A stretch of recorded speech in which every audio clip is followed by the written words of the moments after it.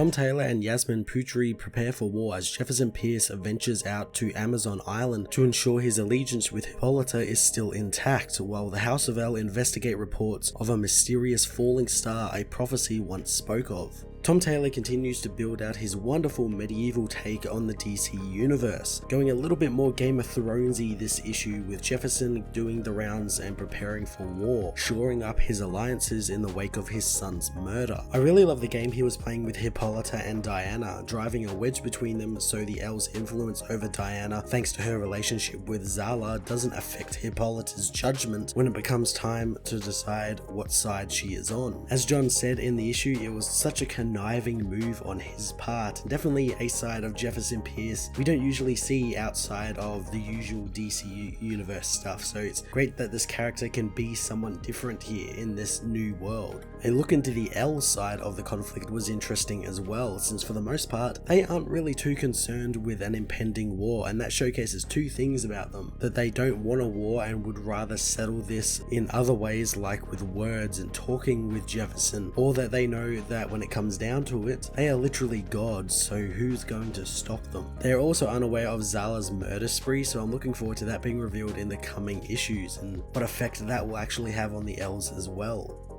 Yasmin Putri continues to outdo herself every issue with just some beautiful looking pages. The issue was mostly character interactions, so Yasmin's use of emotive faces and paneling to sell tensions between different factions was really quite great. Her action as well was really quite fun with what little action we got this issue. It was fast paced, violent, and just chaotic.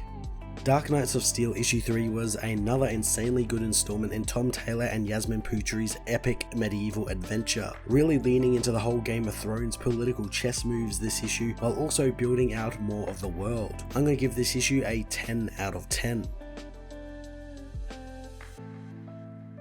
Dark Knights of Steel issue 3 sees Master Jimmy Olsen spot something through his telescope, calling for a Robin as he watches a star fall to Earth. Later on, Batman tells Lara and her court about the falling star, telling her that he and Alfred will investigate. Waller, however, wants to focus on the assassination, not some rock. Bruce reminds her of how the prophecy begun with something falling from the sky, and Cal thinks that it's just a superstition, and the planet he came from didn't have those prophecies, but Harley reminds him that his planet blew up and warning could be helpful here. Lara tells Bruce to go on his mission and to be careful, and they will be waiting to bury the king until her daughter and him are back with them. Bruce asks Harley to speak with the Lady of the Forest, knowing that she won't like it, but they need to move quickly since they won't be the only ones who saw the falling star. Elsewhere, the metal men race towards the meteor's impact site, moving a hooded being from the road, uninterested in what the peasant thinks of them. The so-called peasant is revealed to be Zala Jor-El, prompting Gold to demand to know what the House of El wants in Magnus Lands. Zala grabs his sword, knowing that this won't be Magnus Lands for much longer. She blows her hand right through the warrior, swiftly killing off the entire team of metal men. On Amazon Island, Lois brings news of King Jefferson coming to see Hippolyta since his son was murdered. Lois doesn't know who did it yet, but suspects it was a reprisal for Jor-El's assassination, but striking at Jacob makes no sense. Lois wonders what they are to do, so Hippolyta orders her daughter to meet with Jefferson at the shore. Later on, Wonder Woman confronts Jefferson, sword in hand. Constantine tries to calm everyone down and prevent an international incident as Hippolyta reminds the king of the rule of the island and how no man can step upon it. Constantine wants to have a little chat with Lois aboard the boat, but Lois is smarter than that, knowing that her queen isn't safe aboard the boat. She knows he's responsible for the death of one monarch this week, not wanting to make it two. Hippolyta reassures Lois that it's okay, so they board the boat, where Jefferson talks about his highly gifted son and how he could control the rain, a power not seen in his family for generations. The grieving Jefferson knows that he promised the boy's mother before she passed that Jacob would be so much more. Hippolyta offers her condolences, asking if he had Jor-El killed, and Jefferson confirms he did, not wanting to ignore their threat any longer, so he had to act to save their world, and seeing his son was killed, he knows what he did was right, having seen the El's evil up close. He reveals that Zala Jor-El was the one who murdered his son, angering Wonder Woman, who knows that Zala would never do something like that. Jefferson angrily reassures the princess that she did, striking at night and smiling as she took away his son. Lois wants to know why she did that instead of just not tearing the castle down, but Jefferson doesn't want to bother thinking of the reasonings behind Zala's attack and why she murdered his son. He knows Hippolyta knows the prophecy and the threat the elves pose, yet she allows her daughter to consort with one of them. Angered, Hippolyta warns the king not to involve her daughter in this, knowing full well what the prophecy says. Jefferson knows that war with the elves is coming and the Amazons are either with him and the world or against it. Diana knows that they can't do this, but Hippolyta is aware that if the war is unavoidable, then they will not abandon the kingdom of storms. Diana storms off, knowing that this is insanity, telling her mother that this is not her people's war. Hippolyta knows that they have always stood with the kingdom of storms, but Diana thinks that tradition is a terrible reason for Amazons to die. Despite Hippolyta forbidding her daughter to leave, Wonder Woman does so, heading to get her horse. Diana tells the arriving Lois that Zala could not have done this. She plans to go to the elves and find out. Lois thinks that this is some type of treason and Diana knows it is, but Lois reassures her it's okay, since Batman has Robins in Jefferson's court, so the elves will know about this meeting soon enough. She tells the leaving Diana there is nothing treasonous about trying to bring peace, telling Wonder Woman to go and prevent a war. Jefferson meanwhile sets sail home, telling Constantine